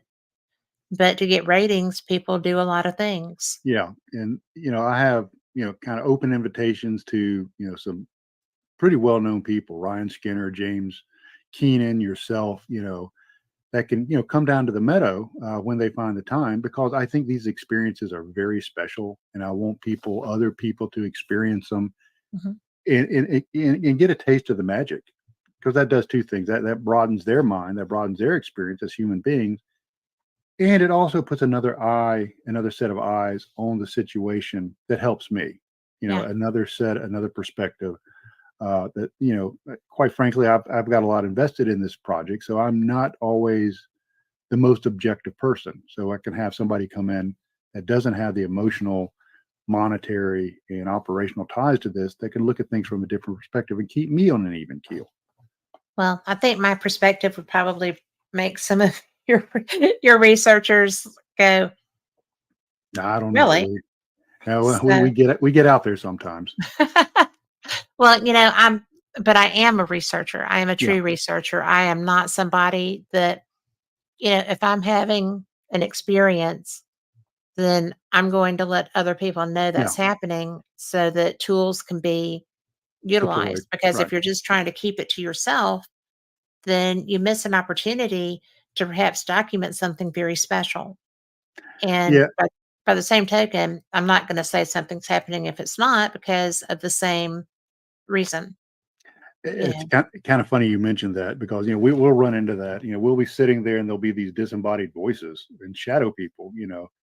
And people yeah. will sit there, and not say anything, and somebody say, I think I just saw a shadow person. And everybody will say, yeah, I've been seeing him for 15 minutes. Like, guys, Oh, tell me about it. Come say on. it. Just Uh, say it, right? Or I've been hearing these voices for about the past 20 minutes. Hey, we all have. Oh, come on now. Who got out their tape recorder? Well, I don't know. So Well, it's I'm going to let you know that I will always have, because I always have tape recorders yeah, going. yeah. So I've got 3 or 4 that I really trust a lot, and David got me an H4 for Christmas. Oh, very nice. So it's a really nice. I've got task cams, and I've got some little Sonys that are like strap them on your arm kind of Right. things, and then I've got my H4 that goes with my camera rig. Yeah, So, we just got a H3 that we've got to get some external mics and stuff for. But yeah, it's that's something that kind of is funny too, because you lay all your gear out and you're like, okay, I can't man pack all of this stuff to the meadow, because no. so what do I carry? Then I go out there and we're having disembodied voices, off in the distance, and samurai talk. It's like, yeah, the parabolic mic is back at camp because I had too much stuff to carry. So it's cat and mouse, which makes Well, it it is, some of the and, fun. I'll tell you what, you can always put that parabolic on your back, resting on your backpack. Yeah, oh yeah, That works. I've yeah. done that before. But unfortunately, on my backpack, I've got my bump helmet with my night vision, and a camp chair, and Yeah. a big ATN thermal, and all this My other stuff. thermal is not that big. I have just, a fairly simple but mine is an actual tool, Yeah, and it takes photos and it records. yeah, yeah, So, I like that yeah, aspect. That's why I got that one. yeah. But, and it's fun Oh yeah, because it's real time. So, as opposed to, like, my video cameras that are not always real time until I go back through and I see stuff. But yeah, I'm a gear freak. I'm a yeah, gearhead is what my husband says. I said, "That's not the same thing." But and a gear nerd. yeah. So, Yeah, my wife is like, "I thought you already had one." Yeah, but this records kind of in this spectrum. This one's a little bit different. it's You just know, that much extra. yeah, Just need that little extra bump. uh, I feel ya. Fortunately, David is very supportive of that yeah, because but it's gotten to where, especially if I'm traveling, oh my gosh, I went to Scotland and I had to pick equipment to take with me. And I'm like, "How yeah. can I do this?"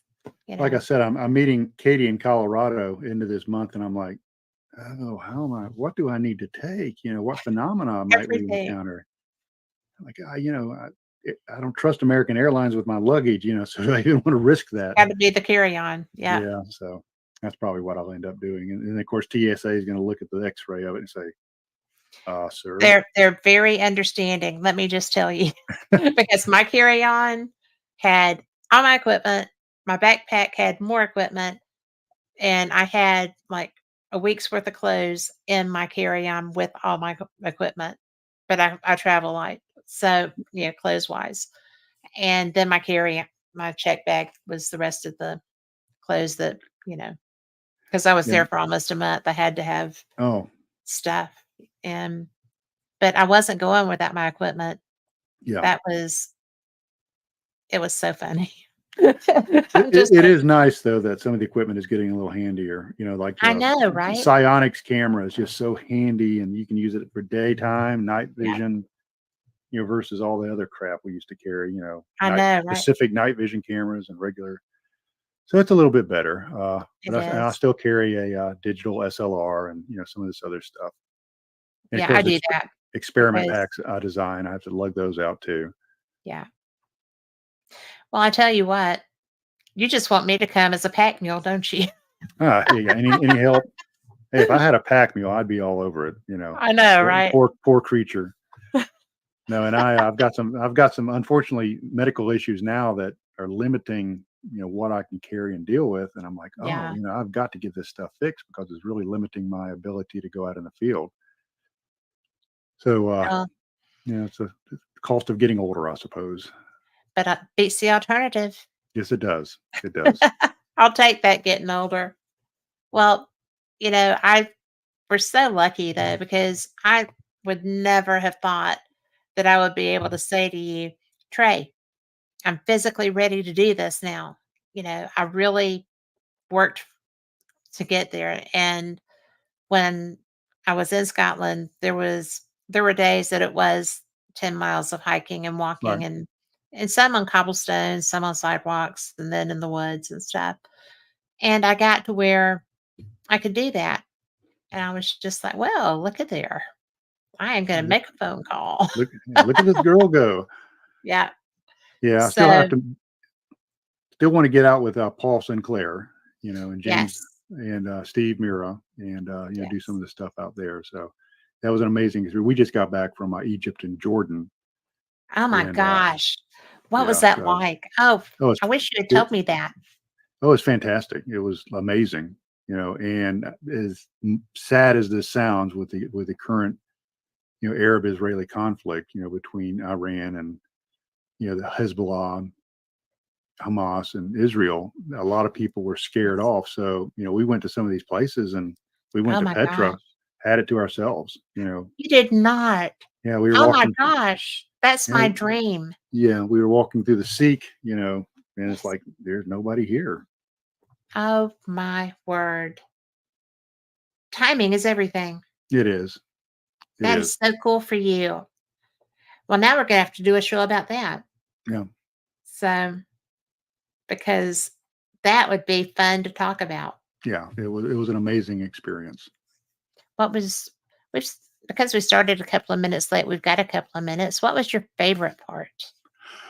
Probably my favorite part, probably the corniest part is, if you're offered a chance to ride a camel around the pyramids at Giza, even as hokey as that sounds, take it. Just do it. So That's a that was given. probably Yeah. that was probably the cheesiest. I really enjoyed the Valley of the Kings. Mhm. Saw King Tut down in his tomb. That dude needs some moisturizer in the worst kind of way. So uh, yeah, so we did that. So we went in a lot of the tombs.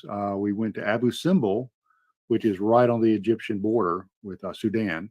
That was the temple of I'm trying to remember. It's not Nefertari. I'm trying to remember which temple it was. But anyway, when they built the high dam to create Lake Nasser, it would have been underwater. So they moved it up in a higher elevation and rebuilt the whole thing. So that was amazing.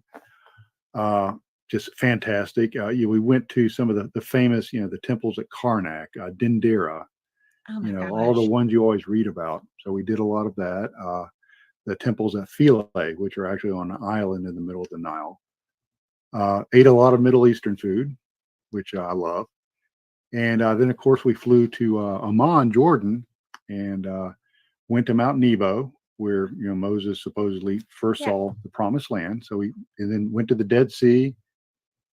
Got to slather Dead Sea mud on myself and float around in the Dead Sea for a while at a resort, and then went to Petra. And Petra and Jerish, which is another old Roman city there in Jordan, were just absolutely amazing. Just You know, I tell people spend your money on experiences and not things Mhm. because you will always have an experience with you wherever you go because it's always in Yes. your heart and in your mind. I totally agree with that.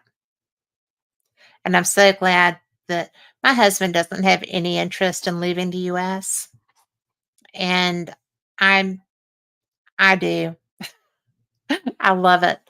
And I'm so glad that he's one that's just like, "Okay, I know the people you're going with. I know that you're gonna be safe. I know that if something happens to you, that guy's gonna be dead in the street somewhere because he would have died trying to protect you." Yeah. And because that's the kind of friends we are.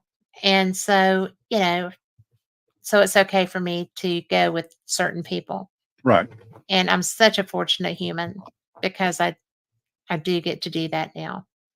And it's Yeah, fun. and travel builds a well-rounded person. From my experiences, when you see other cultures, you talk to other people, you experience different things, you really gain a broader understanding of the human condition. Mhm.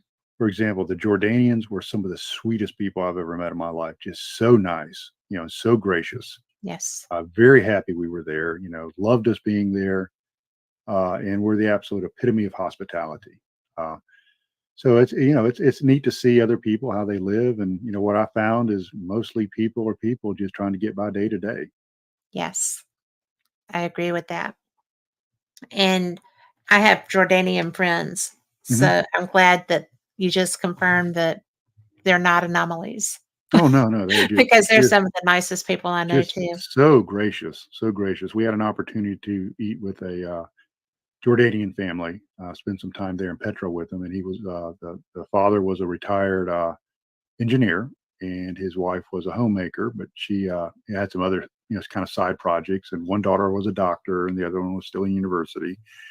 And so we were invited to their homes, and just you would think the uncomfortable conversations. We talked about Christianity and Islam, and it was just very enlightening and very carefree and just happy and joyous and very loving. Just Yes. fantastic, fantastic country. And people in Jordan wanted me to tell all y'all out there, come to Jordan because I'm down with that. this silly war has really impacted I'm sure. their tourism, and they said we have got to have people to come to Jordan. So tell everyone to come to Jordan.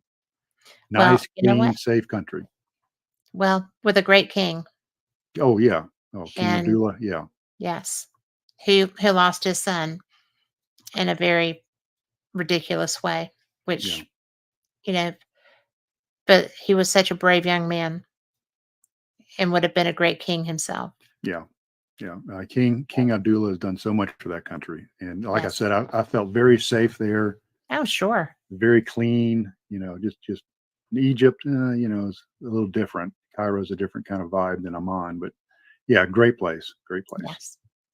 Well, I'm glad about that. I'm glad that you were able to take the time and come over, a little past the top of the hour Yeah, to share that because I think that matters. yeah, The fact that, like you said, you were able to talk about, Christianity and Islam and, they're not polar opposites. no, It's a conversation that I wish that we could have globally without politicians pitting us against each other yeah. because people are just people. It was really kind of funny because the father, Abu bin Amin was his name. And he said, "Yeah, my day usually, I get up and I go pray at the mosque in the morning, and then I do that at midday." And he says, "Unlike you, we get extra points for praying at the mosque. Y'all don't get extra points for that kind of stuff, but we do." And it was Right. just kind of a funny comment That is. because yes, you're right. That's part of your belief system, but very very friendly about it, and very understanding. Well, probably very comfortable in his Yeah, faith and yeah, didn't mind sharing it with right, someone, right, which is how we're supposed to be. yeah, So don't push it down somebody's throat, but do no, feel free to share it. That's why absolutely, if everybody were like him, it'd be a better place. yeah, I think so. I think so. Yeah. Well, tell people, where they can find your books. I've Sure. I've already, put yours out pretty strongly. Yeah, So, sure. Probably the best way, if you're interested in any of my stuff, is I now have a web page and a domain. Yay! It's TreyHudsonResearch.com, and there is a link on my webpage to buy the book. Uh, it tells a little bit about me and kind of my background and stuff, and so that's there. Uh, a lot of people seem to enjoy the book. It's out there on audiobook, ebook, yes. regular book, and in French, believe it or not. There's a European version of I it. didn't know that. Yeah, so go out there and take a look. I think the ebook is only about, I think, $6, which I think personally, I think it's a pretty good deal. It's some interesting stuff. That's a screaming deal. So I'm working on the second one. Which is going to be called Return to the Meadow: Yes. Congruences, Explorations, and Revelations. So I'm Ooh, about 75% done with that. And I'll my be buying that one too. yeah, I'm just gonna keep going out there and learning things, experiencing things, and sharing them with the world. Well, I, for one, am very glad that you do that because it's such important information and it's fun to read because there are so many anomalies that are happening. Oh, I do have to ask if you had any more drunk chicks show up and pee in your campground. And no, and that's a weird thing because I actually got a message from her, from Miss X, and and she Did kind you? of, yeah, she kind of came clean, I think, about this stuff. And I don't know how to categorize this. It's kind of, she wrote, she said, hey, a mutual friend, suggested that I listen to one of your podcasts, and I did. And I want to tell you, I am not a woman in black. I am not under some sort of control by, some otherworldly force. I just had saw your campsites, earlier in the day, and somebody had some sort of something about Bigfoot out. And I came back later that night, and after listening to the podcast, I didn't know y'all were experiencing what you were experiencing, and I'm sorry I interrupted it. And as for the peeing thing, when a girl's got to go, a girl's got to go. You know, eh, when you kind of, Maybe not so much right in the middle of well, God and everybody, yeah, but but of here's course the, it was the headlights. So but the latrine was like 30 yards away. A toilet, a yeah, public, campsite toilet thing. So I don't well, know. she I would mean, have known if she'd been there earlier in the day. yeah, she had driven by it if she was in there earlier in the day, and then the coincidences of going to the same university I went to and knowing the same people, and just, I don't know. It's, to me, it's still a big question mark. I can't say Yeah, that definitive. is. So it's just one of those weird things of the meadow. It is. So I just had to ask because Oh that yeah. was so random. I didn't know if maybe somebody else had shown up in the No, potential. no, not yet. And when I lecture now, I don't even really mention that incident because I really, now that I know that it's a real person and they have recollection of that, uh, I don't know. I As just far as don't, you know. as far as I know. So I don't know what to make of it. Yeah, that was just so weird. Yeah, it was weird. It was So, weird. And when you had, career paramedics, coming up to you later and saying, that chick was the weirdest chick I've encountered in all the years of my career. That was oh, so strange. holy wow. Yeah. Yeah, I don't know that I would have bought into that, but yeah, at least you got a letter. Yeah. Yeah. So, just chalk it up for, just one of those things that, makes you go, Yeah. and continue Well, at on. least you haven't had anybody else drop in on you, so that's No, good. no, no, no. Yeah. Well, thank you so much because you know what? I love our conversations. Yes. And when your new book comes out, will you come back? Yes, I will. And when I have the next outing that has an opening for guest researchers, you will be on the distro list. Thank you so much. You're quite You still have welcome. my email, right? Yes, I do. Yay. All right. Well, thank you for being here. And for everyone listening, thank y'all too, because you know what? If it wasn't for you, I'd just be talking to myself with Trey. Oh, thank you so much for joining us. Thank you all. And I will see you soon. And we'll see you soon. We'll be back next week. Same cat time, same cat channel. Good night.